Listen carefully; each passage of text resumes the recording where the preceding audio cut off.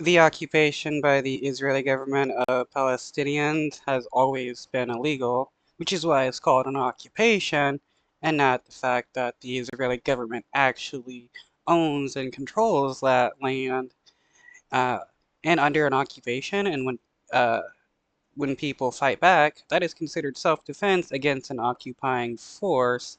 So we're going to have to be looking at the Palestinians in a different light, being the fact that they're defending themselves against an illegal occupation.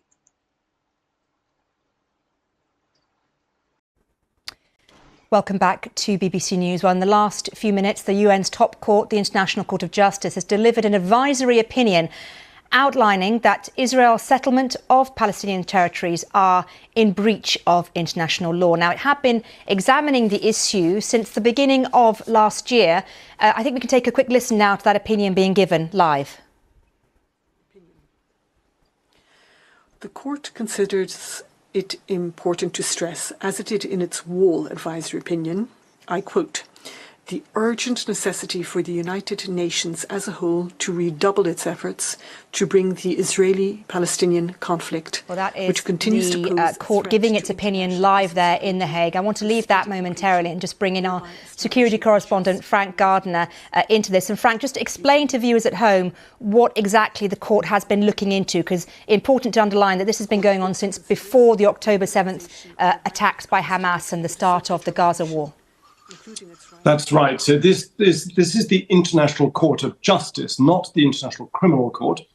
It's issuing an advisory. It's not legally binding, but it will be seen as a basis for international law. And it's examining the legality of Israel's occupation of Palestinian territories since 1967, particularly focusing on the West Bank and East Jerusalem and settlements therein. And it's a pretty Yeah, like in the West Bank, where the Israeli government sends settlers and the IDF to go kill and steal land.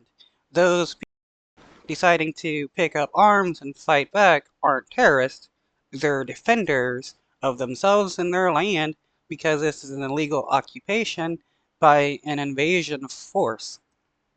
pretty damning verdict on Israel's actions and policies there. I'm just going to, because this is incredibly legalese, and as you can imagine, there was a big preamble as to what the framework of their work has been. This is delivered by the spokesperson for 15 judges. They've been examining this since 2022. They took evidence throughout February from around 50 countries. And their conclusions in brief are that Israel's policies and practices are in breach of international law. The continued presence of Israel in the occupied territories is illegal, and they call on Israel to cease all new settlement activity. It particularly focuses on the settlements and the treatment of Palestinians in those territories. Now, Israel, I think, will... Again, if those people decided to fight back from the Israeli government stealing their land and killing them, they're not terrorists. They're defenders of themselves and their land, because the Israeli government is invading the West Bank and Gaza. That's all it has been, is one long invasion. They're unlikely to accept this. In the past, that they have not accepted the legality of rulings when it comes to their occupation of Palestinian territories. But I think it's... Well, that's because the Israeli government does not care about international law.